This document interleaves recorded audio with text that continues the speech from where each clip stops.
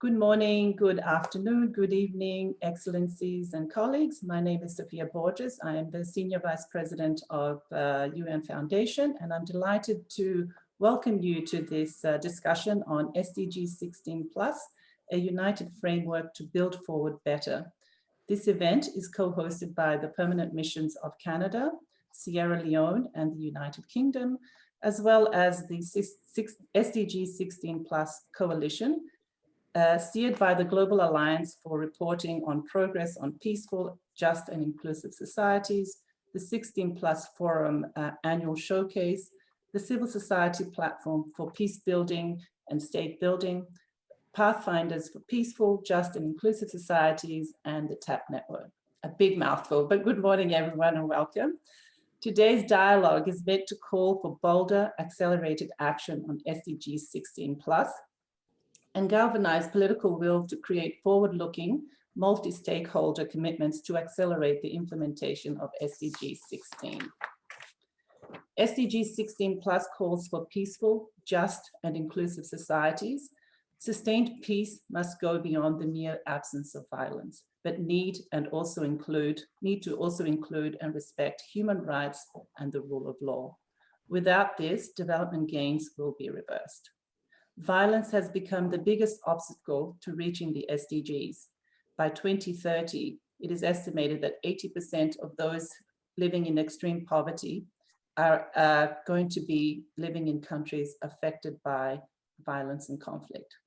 We are currently off track to meet the Sustainable Development Goals. The COVID-19 pandemic highlighted the gap between stated goals and their implementation. Around the world, the pandemic has caused further disruption to SDG progress.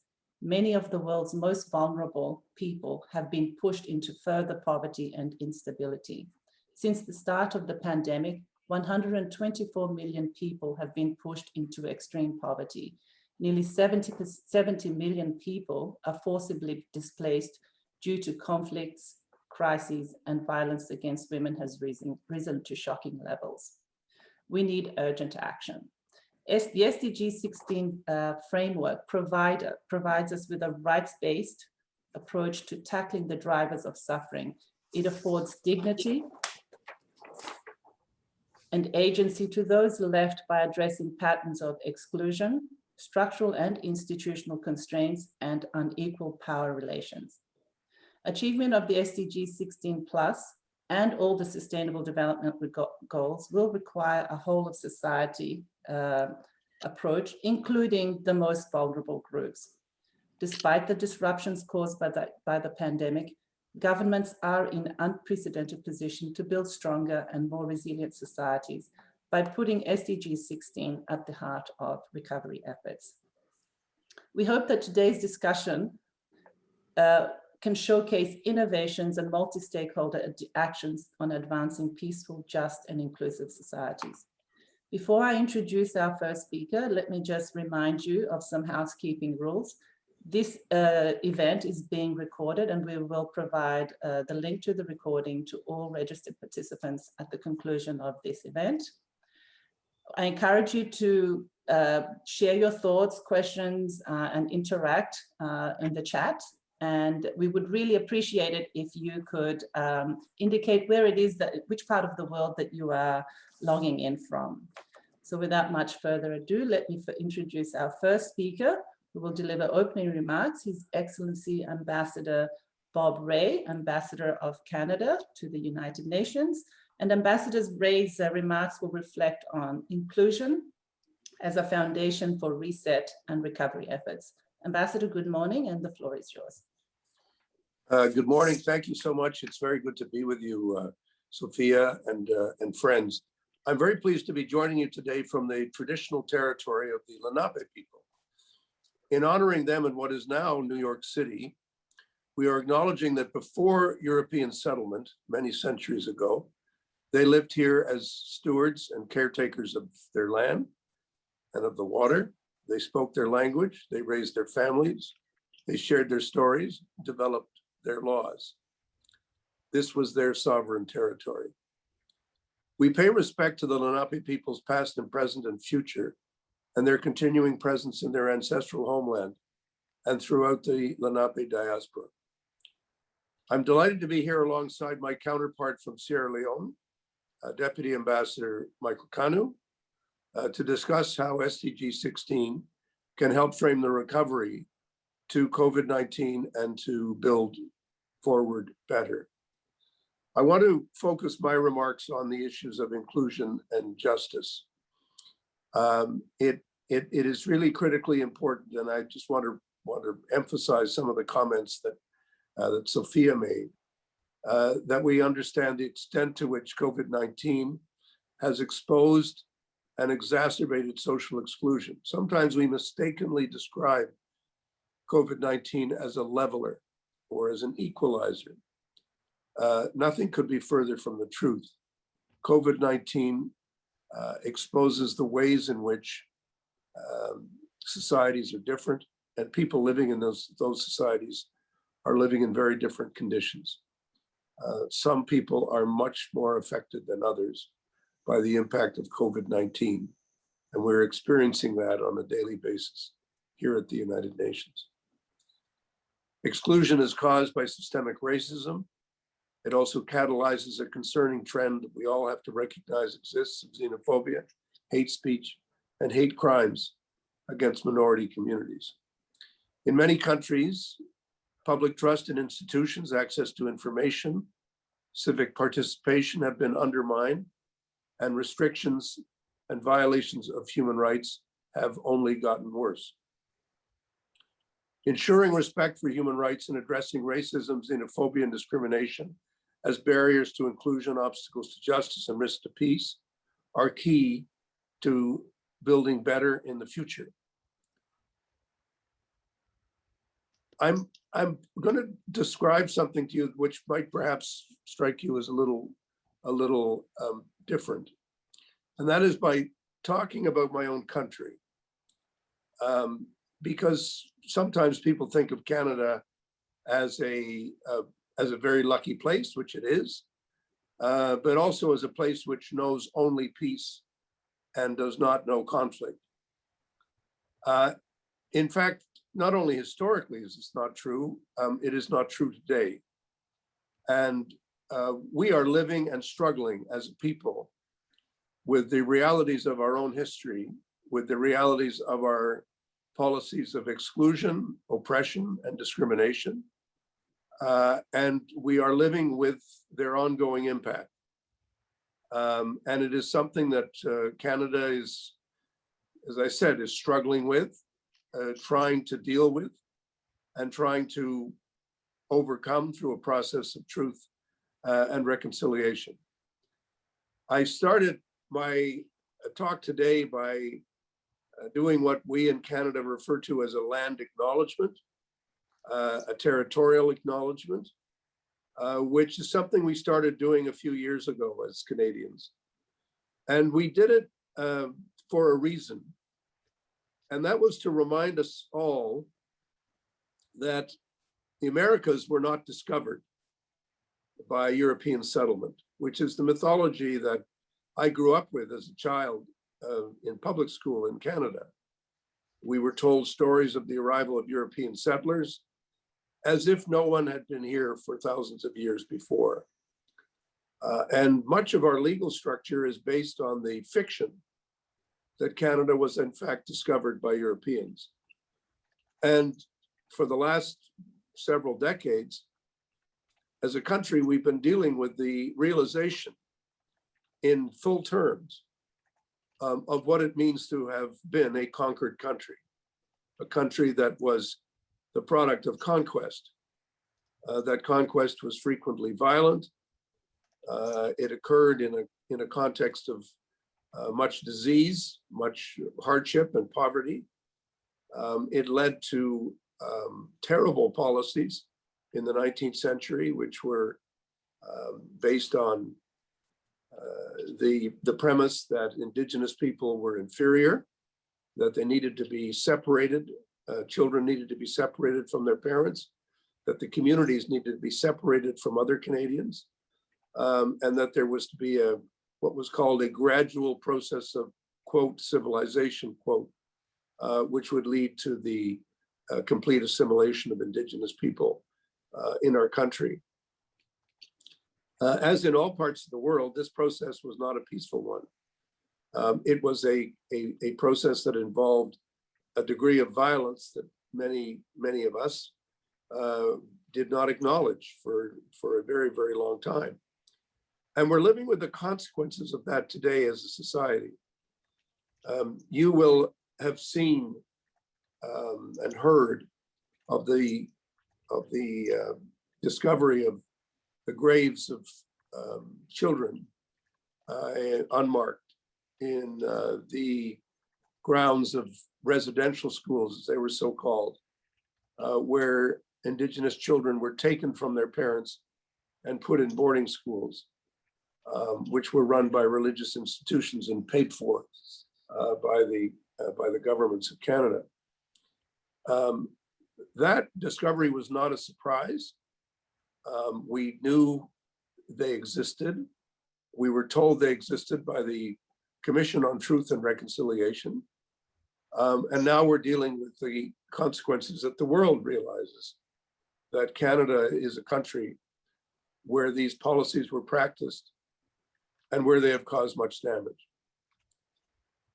We are realizing that the greatest damage has been caused to women and children, that kind of problem of discrimination and exclusion is not something that we talk about with other countries as if we have not experienced them ourselves. And as we make our efforts to integrate fully that experience into our current thinking, it is important that we recognize and realize the extent to which we are part of this history. And I think this gives us a perspective which is perhaps different than the Canada of the 1940s or 50s or 60s, where the national narrative was one that was based on a sense of complete optimism about our present and about our future, but has been based on a much more deeply ingrained sense of who we really are as a people, and not only what we have to share with other people, but what we have to learn from all the peoples of the world who've been subject and subjected to this experience. The Canadian government has not only launched the Truth and Reconciliation Commission, which was intended to get at the facts of what took place and what the circumstances were, which have given rise to our current realization. We've also established a Royal Commission on Murdered and Missing Indigenous Women, which deals with the ongoing level of violence towards Indigenous women in our country. And the government has also embraced a national action plan, which is, again, the beginning steps of a journey. All journeys begin with a realization, with a sense of vision of where we have been and where we can go. And those journeys are not easy. They're politically contentious. They're sometimes difficult. But some things we have learned, I think, in ways that I hope we can share with others, is that where there is inequality and where there is discrimination, there is a complete lack of access to justice. And so inclusive and accountable public institutions are necessary in the delivery of social services in terms of economic, fiscal accountability to support the full and meaningful participation of everyone in open and free elections and in all civic spaces. We're very proud of our feminist foreign policy. We're very proud of the fact that we've begun to take steps to deal with issues of genocide, all wherever and whenever they occur, including in our own country, including our own situation, and realizing how much we have work to do to engage strongly at home.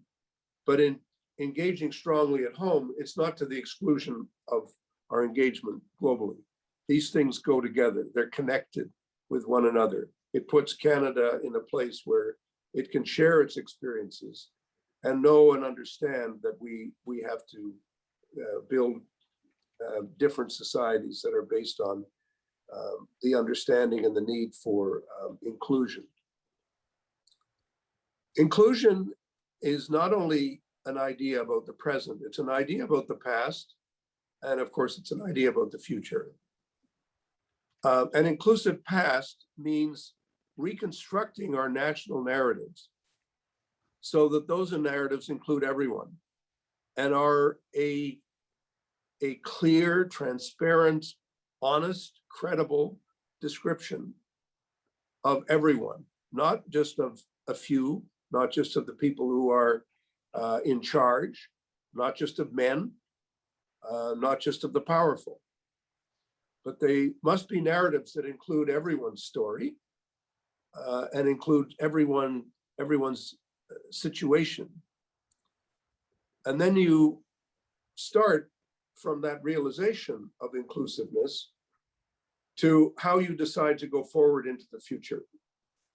From my own work on the Peace Building Commission in the last few years, I've found it fascinating to really engage. And actually, I think about the only good thing I can think about Zoom is that it's actually allowed us to broaden our engagement, that the technology has given us the means to take advantage of being able to reach people in their own homes, in their own communities, and to broaden the base from which we start.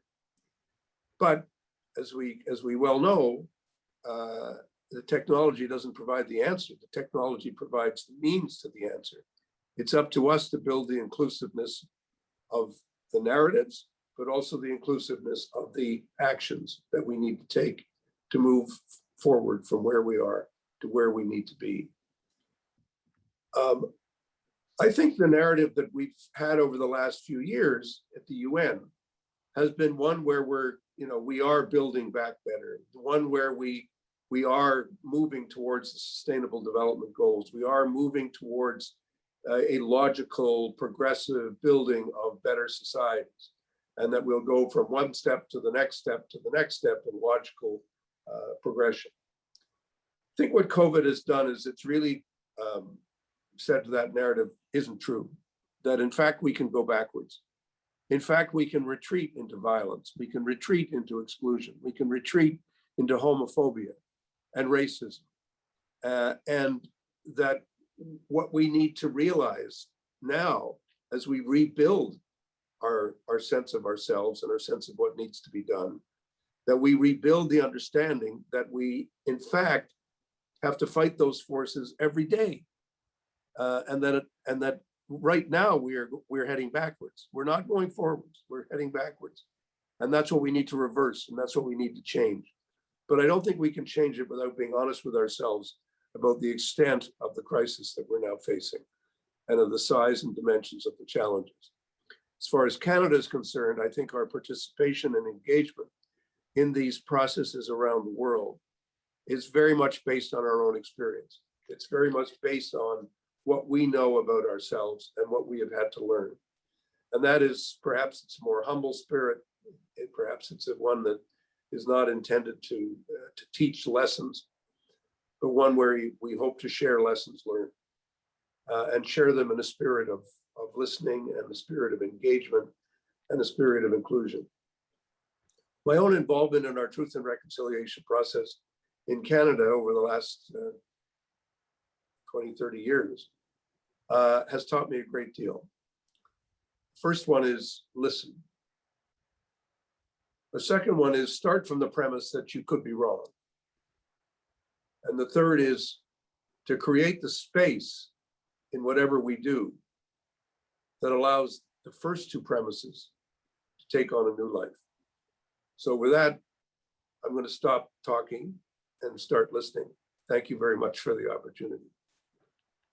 Thank you so much, Ambassador, for this very powerful start. Some of those points that you've mentioned really resonate with me, especially the point about reconstructing the narrative that is going to be more just and inclusive, reflecting the past, but also the future. My own country, Timor-Leste, is undergoing that conversation, and it's not an easy one.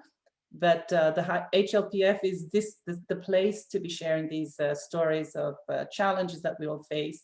And this is why this agenda is not only integrated, but it's also a universal agenda. I'm glad to hear that you're struggling as well in implementation. Let me now turn the floor to Ambassador Michael Imran Kanu, the Deputy Representative of Sierra Leone to the UN, to the United Nations. And Ambassador's remarks will reflect Sierra Leone's 2020 VNR process and the SDG16 plus calls for peaceful, just, and inclusive societies. So, Ambassador, the floor is yours. Thank you so much, Ambassador and Sofia. I must say it's very hard to follow Ambassador A in normal circumstances, let alone hearing what he has shared so deeply.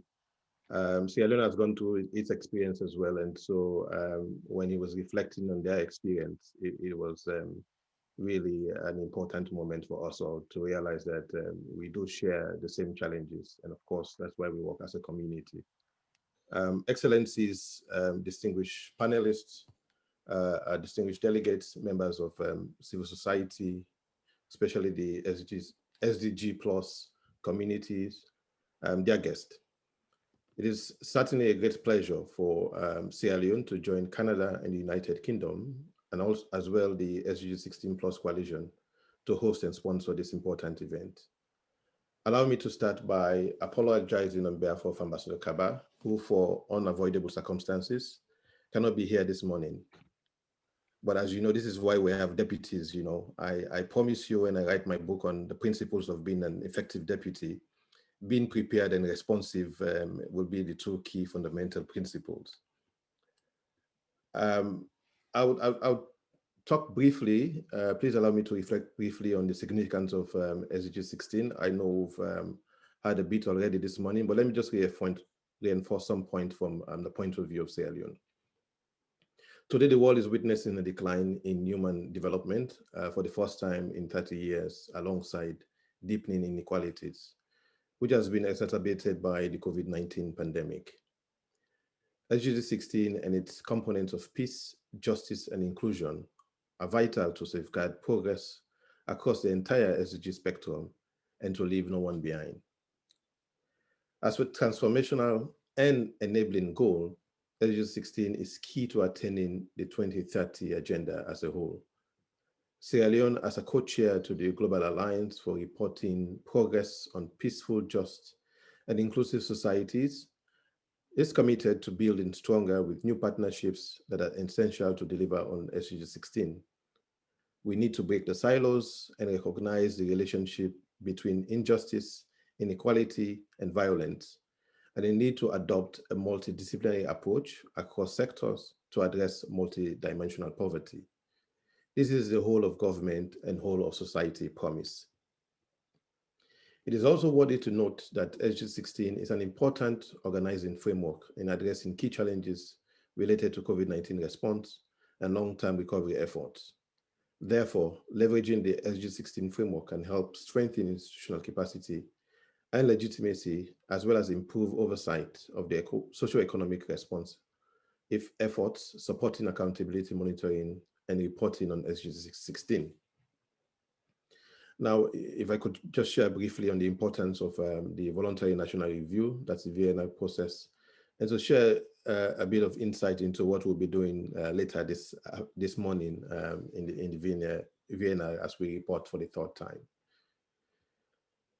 I'm sure we all know that investing in the VNR is imperative for promoting effective monitoring and reporting on SDG16 at the national and local levels, as well as the international levels. It also provides a channel for inclusive public policy dialogue, improve access to quality information, and freedom of expression and civil society engagement in decision-making. The VNR and the post-VNR process is also an integral part of how countries will recover from COVID-19 while continuing to deliver on the 2030 agenda and in building back better. It offers opportunities to showcase progress, mobilize action, and effective decision-making through mainstreaming SDG16 in national priorities and plan. Sierra Leone remains steadfast in the implementation of the 2030 Agenda and the SDGs. It is presenting an evaluation of what we have done for the third time in the VNI report this afternoon, following our second review in 2019. Sierra Leone continues to give focus to its accelerators goals, SDG4, that's education, and SDG16, justice, under the umbrella of the human capital development. These two goals are informed by the national development context as the most crucial to the socio-economic transformation of the state in the medium to long term. Also, our efforts on SDG16 justice remains laudable. Internationally, we continue to provide leadership to the G7+ countries, and we've successfully secured UN observer status for G7+ in December 2019 to leverage more support to work this group out of fragility into sustainable development. Sierra Leone is also co-chair of the International Dialogue on Peace Building and State Building. In December 2020, the country exited the formal agenda of the UN Peace Building configuration as a show of remarkable achievement towards resilience and sustainable development. And I think it's fitting that Ambassador Ray took the floor because we were able to do this under the guidance and chairmanship of Canada as the chair of our configuration whilst we were at the PBC. Nationally, the government has scaled up efforts towards establishing the Planned Commission of Peace and National Cohesion with a bill enacted in Parliament to this effect. And as we speak, just yesterday, the commissioners have been appointed representing all regions of Sierra Leone. The justice sector has accelerated strides in promoting access to justice for the underprivileged. With the establishment of a legal aid board in 2015, those benefiting from free legal representation, advice, and related services reached a total of 500,000 in just 20 years since we ended the Civil War. We'll be able to establish the legal aid board, and 500,000 people have benefited from free legal services. And this includes persons in pre-trial detention and prison, recording a 93% increase from 2018. Interventions covered child and women rights issues, land dispute, and criminal cases, including domestic violence, rape, and juvenile offenses. We have assistance in rural communities in which they're provided with special attention. To reinforce this, the number of magistrates, state council, and judges has also increased from 63 in 2019 to 73 across the country, including, of course, the cost implication, to cover the length and breadth of the country. As part of the extension of justice, particularly to areas where people do not have the facility to access justice. The focus now is really to leverage technology, for example, with the institution of a model court to address the issue of sexual and gender-based violence, and also to restate our customary law, the system of law in which we have the majority of Sierra Leoneans interact with. As much has been done, we do recognize that a lot still needs to be done. So in closing, we, the government, the international community, and leaders in every sector are calling on all stakeholders to urgently make SDG16 and the work that we do in this community the foundation to reset and also to recover from the COVID-19 pandemic, so that we're able to build more resilient societies and institutions going forward. I thank you so much for giving me the floor and your kind attention. Thank you. Thank you so much, Ambassador Kanu, and couldn't agree more on the reset and recovery based on a foundation of implementation of SDG16. Let me just, before turning the floor to our next speaker, just to remind our speakers, if you could keep to time, we're halfway there, and I still have quite a number of you that we would like to hear from. So let me now turn the floor to our next speaker, Ms. Ize Brand Kehris, Assistant Secretary General for Human Rights for the Office of the High Commissioner for Human Rights. Ize Brand Kehris will be presenting on the call to action for human rights and SDG16. The floor is yours, madam. Thank you so much. Thank you, Madam Moderator, dear Ambassador Borges, Excellencies, distinguished colleagues, friends, I wish to thank the organizers, the SDG16 Plus Coalition, the Global Alliance for Reporting Progress on Peaceful, Just and Inclusive Societies, and the permanent missions of Sierra Leone, the United Kingdom, and Canada for convening us here today. It's a real privilege to join you. I'm particularly grateful for the opportunity to address the topic of SDG16 Plus and the COVID-19 recovery from the perspective of the call to action for human rights. First, let me stress two fundamental premises. First, the 2030 Agenda and the Sustainable Development Goals are grounded in human rights. And second, achieving the ambition of the 2030 Agenda requires the engagement of all of us, including member states, civil society, the entire UN system, and the private sector.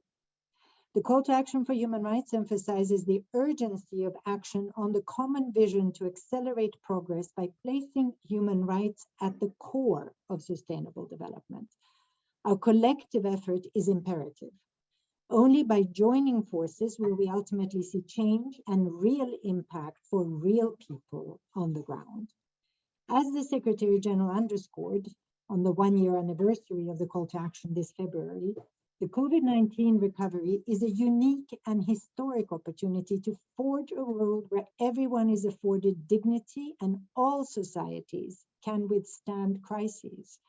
This is exactly why SDG 16 on promoting peace, justice, and strong, inclusive institutions is so critical for building forward better. And the call to action for human rights is a framework to help us achieve this. The concept of SDG 16 Plus is particularly persuasive in this regard. It acknowledges that a rule of law-based approach to the recovery must be founded on public confidence and trust in the institutions of governance, which in turn depends on their ability to respect human rights and uphold the principles of accountability, transparency, and participation. SDG 16 Plus also advances the understanding that development is a highly complex process that requires integrated approaches and protection of all human rights, civil, cultural, economic, political, and social rights. This is at the very heart of the call to action for human rights. The call to action is a transformative vision launched precisely to respond to our time's erosion of trust between people and states. It seeks to restore the social contract by committing all of us, including each and every actor in the UN system, to place human rights at the center of everything we do.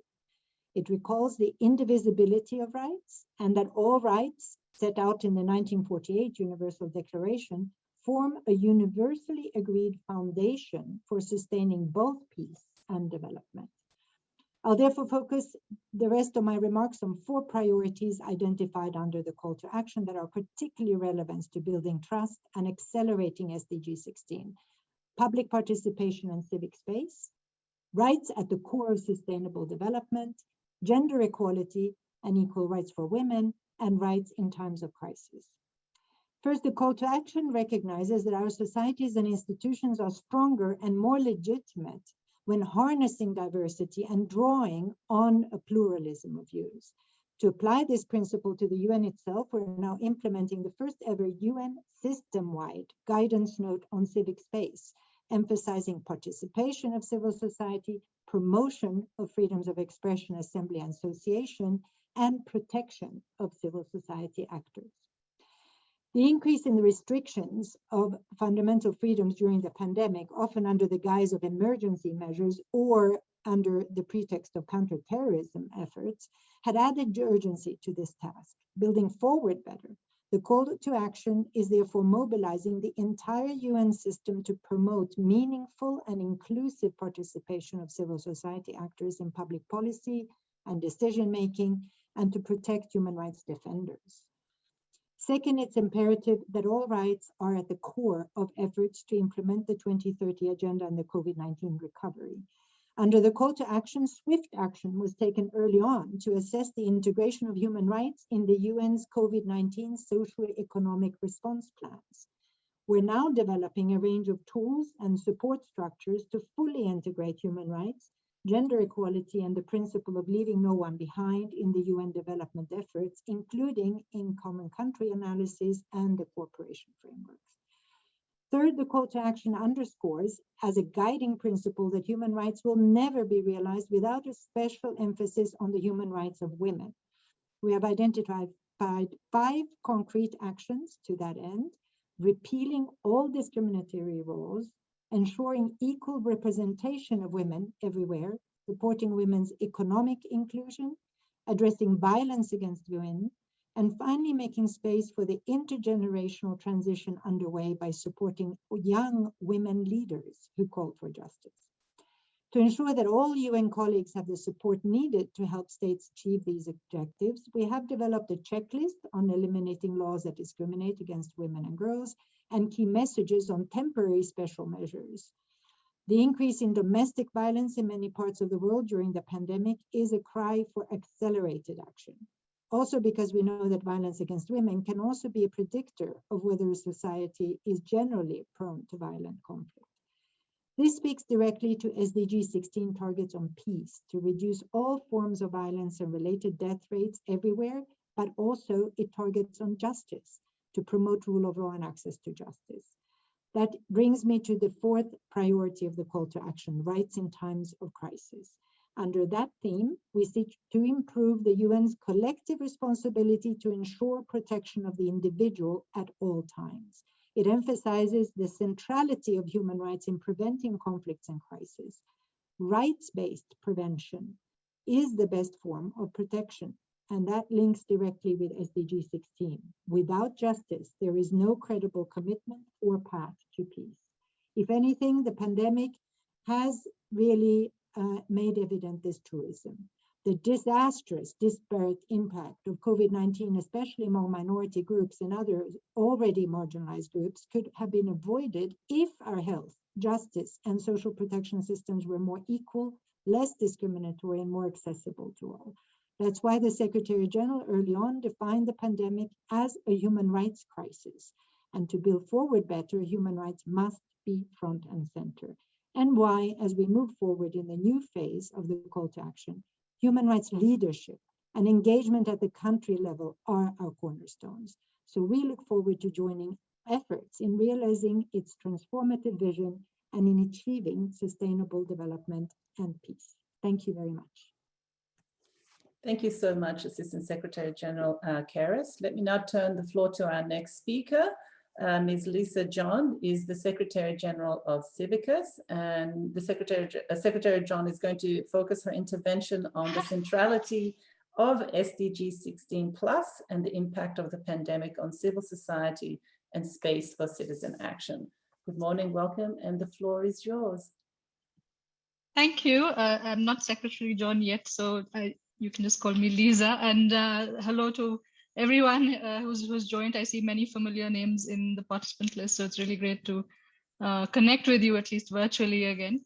It's a bit surreal to be talking about peace and inclusive societies. I'm based in Johannesburg, and at this very point in time, most of us can't leave our houses because of the mass violence and kind of crisis of just safety and conflict that's going on outside. But it is still encouraging to hear, the emphasis really on the need for just and inclusive societies from so many of the speakers who've already made their interventions. Just because we have a really short amount of time with us, I'm just going to stick to 2 points, maybe as part of this discussion.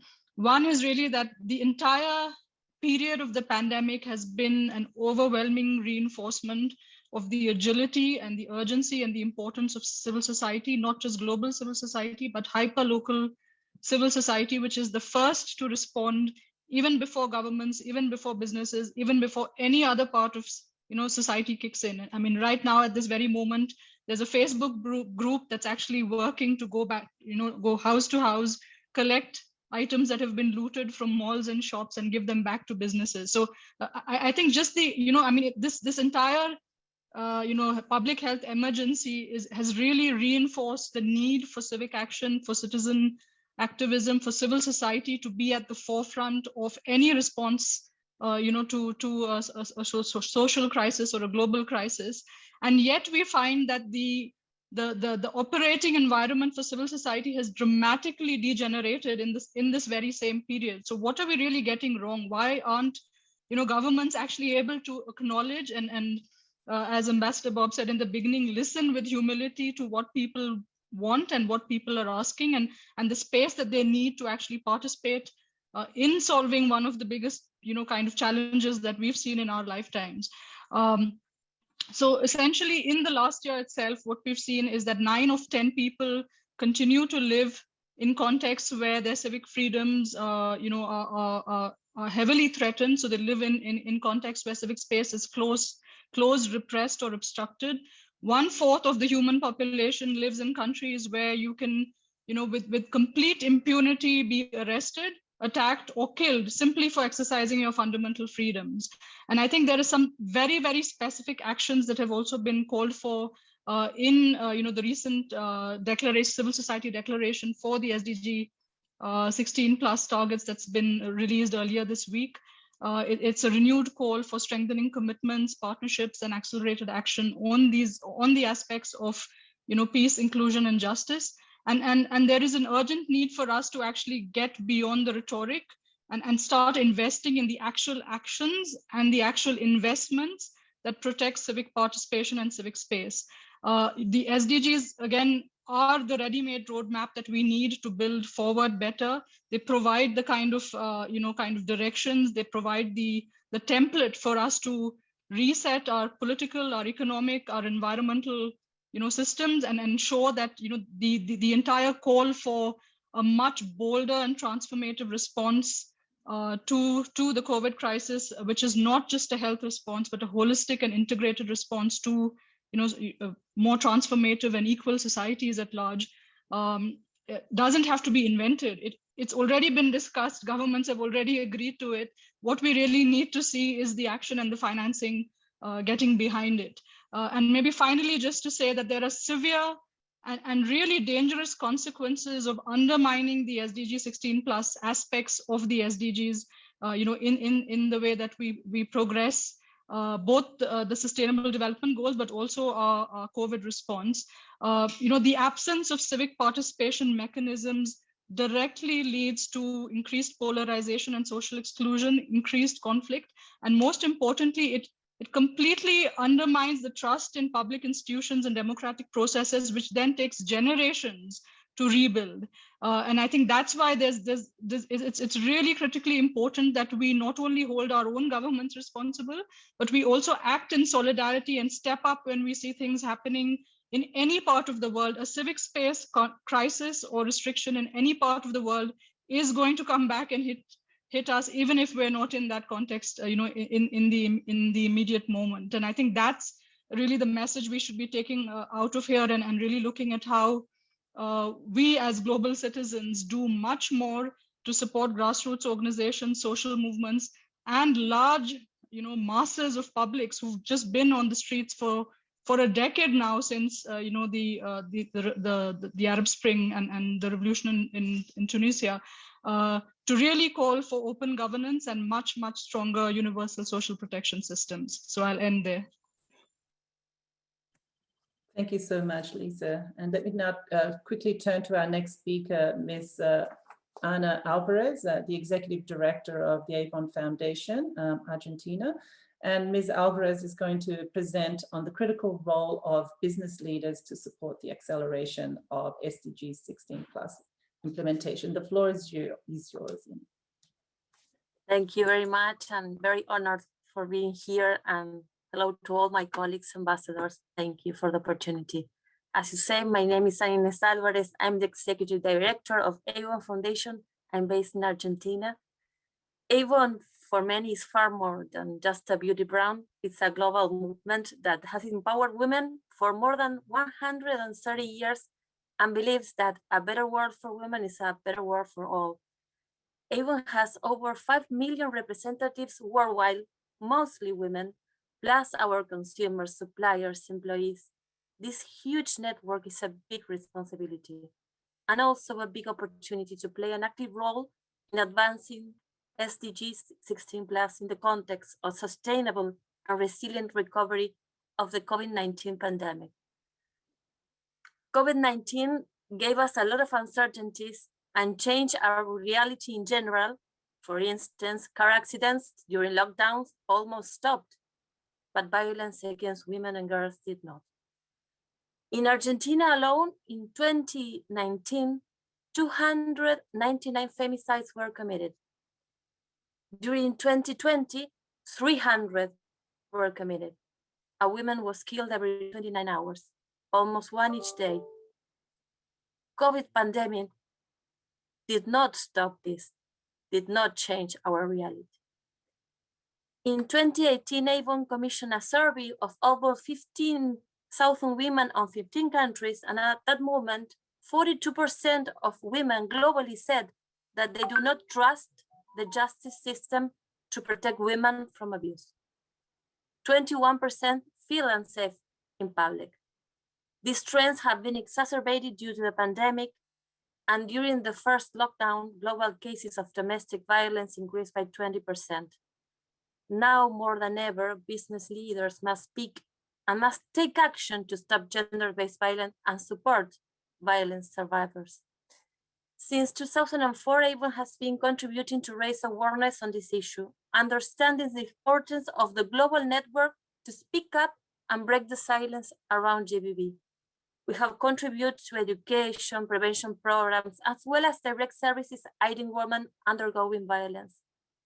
In that regard, Avon joined the Pathfinders-led Business Leader for Justice Coalition in early 2021, a growing movement of CEOs, senior executives, founders, board members, and justice experts committed on mobilizing actions to advance justice for all, and in Avon case with a particular interest for women.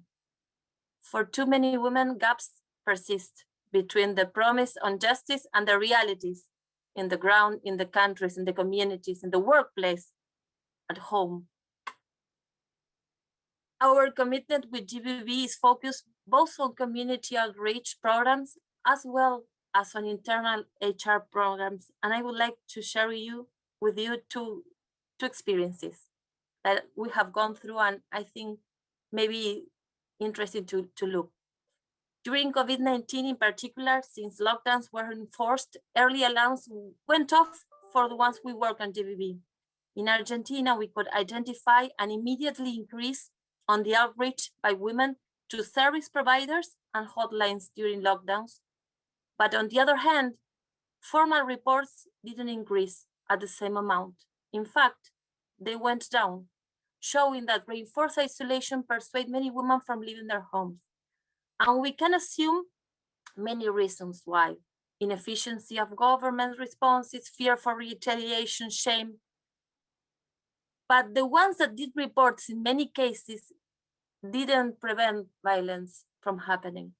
During 2021, we attended to several femicides that showed that complaints and calls for help were not attended properly. Urgency was underestimated and the coordinated community response was absent. With the reinforced isolation situation in the top of our mind, we launched Isolated Not Alone campaign to boost public awareness about the increase of intimate partner violence occurring during isolation. But it became more. It grew into a movement. We developed an innovative mechanisms to virtually skip isolation, delivering vital key messages to women suffering GBV at home. 4 Trojan horses videos were developed as a way to deliver these messages by WhatsApp, by all social media. We work through ways to encourage people to get involved and become virtual bystanders. Training, educational material, society silence was a fundamental driver for violence to continue occurring. We think that the nearby networks are the kickoff point to build strong community coordinated responses. Without them, she will probably not reach for help until the situation is critical. During the past year, $1 million donation was made from Global Naval Foundation to local NGOs to support their frontline services, understanding all efforts were not enough while tackling GBV. Isolated Not Alone reached over 2.9 million people all over the world. The second experience I want to share with you is our GBV protocol for Avon female employees. It's a corporative regulation and policy that acknowledges and understands the issue of GBV and states the role and responsibility of the company in the facilitation and support of the employee during the process. This process was born in Argentina in 2017 and is now a reality worldwide in Avon and in other companies. Companies, small, big, have the power to better people's life for their employees, consumer, community. People are asking companies to take action and responsibility. Saying we stand for something is not enough. Programs and policies can be life-changing and we can save lives. HLPF is a company of 130 years. Since 1886, sorry, my English, Avon has supported women to make dreams a reality. But Avon knows that is still more work to do with millions of women and girls unable to fulfill their dreams due to economic, social, gender barriers, and is committed to build forward better, helping ending violence by achieving justice for all women, their families, and their communities. Thank you for the opportunity, and it was really nice to share with you. Thank you.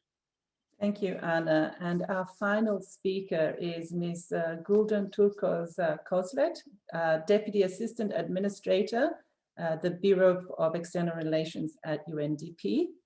And the Deputy Assistant Administrator is going to present on accountable, inclusive, and strong institutions as recognized on SDG16 and SDG16 as an enabling framework which supports the achievements of all SDGs. Nice to see you. The floor is yours. Good morning. Good morning. Good morning. Thank you very much, Sofia. Excellencies, ladies and gentlemen. I'll be very brief. A lot has been said, very valuable contributions from my fellow panelists. Thank you so much for joining us today. It's a crowded space, the HLPF, and it's a pleasure for me to be here. I want to also thank the governments of Sierra Leone, Canada, and the United Kingdom for your continued partnership and support to this work. We've all heard today and know the decline in human development for the first time in 30 years, and deepening inequalities with COVID-19 is disproportionately affecting different population groups and undermining progress in achieving sustainable development. And there's a real risk that many of the goals and targets of the 2030 agenda will not be met. Among these is SDG16, peaceful, just, and inclusive societies. Peace, justice, and inclusion are critical pillars of human development. They are also instrumental in securing, as we've heard, a new social contract and restoring trust between states and their citizens, all key to achieving the Sustainable Development Goals. We've also heard accountable, inclusive, and effective governance systems underpin the whole of government and whole of society approach to support the achievement of the 2030 agenda. Yet we're almost halfway to 2030 and progress on SDG 16+ is facing challenges. We heard from previous panelists, the pandemic has exposed failures in governance systems, compounding social, political, and economic inequalities. And in many places, we've heard so much about the concerning shrinking civic space. These issues have to be tackled as we respond to recover from the pandemic, as peace, justice, and inclusion are fundamental prerequisites for reset and recovery efforts and for building back better. So that is a focus of today, and I think that is what we take back with us as we continue the rest of our day and our work.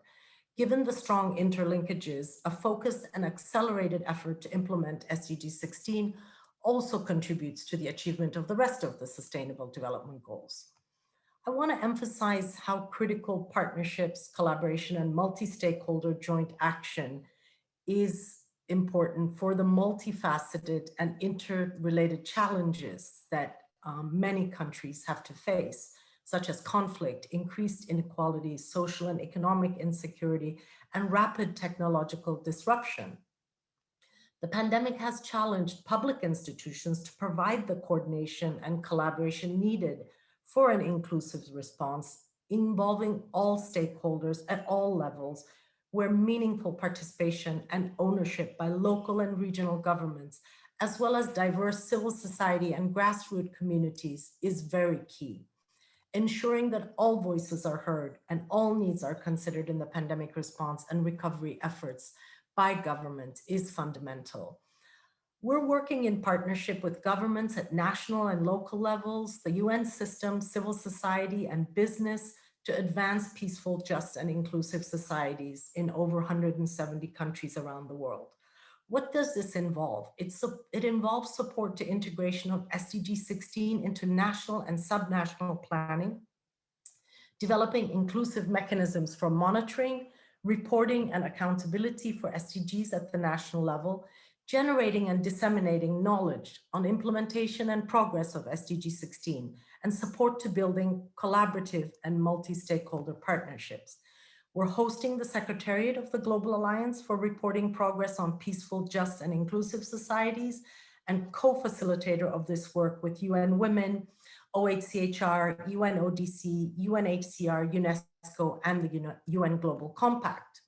So this space brings together all these actors, private sector, civil society, to work together in promoting peaceful, just, and inclusive societies. I want to just point to a very interesting report that has just been published by the Global Alliance. It's the epilogue to its 2019 seminal report, enabling the implementation of 2030 agenda through SDG 16+. And the report highlights a couple of things which I thought were very important to share with you. And this report also draws on lessons learned from case studies in responding to the pandemic and explores what can be done to further accelerate SDG 16+ and build back better from COVID-19. There's one particular key finding, that is the need for political leadership and investment in implementation of SDG 16. Let me not take too much time because I know we're almost at the end, Sofia, but there's a lot of good case studies in this report. So rather than me talking about it, I would invite you and maybe ask my colleagues to share the link for the report. I want to thank you for joining us today again, and UNDP and the rest of the UN system really looks forward to continuing to work in collaboration and in solidarity with you. Thank you very much. Thank you so much, Gulden, and I look forward to reading that report. So dropping the link on the chat would be helpful. With that, we're going to have to wrap it up. Time is up. Thank you so much to all of our speakers, our co-hosts, and for bringing us together today. This was a very rich discussion which could have gone on. So I encourage you to continue the conversation going forward and enjoy the rest of the HLPF. And thank you so much for joining us, and have a lovely day. Bye-bye, everyone.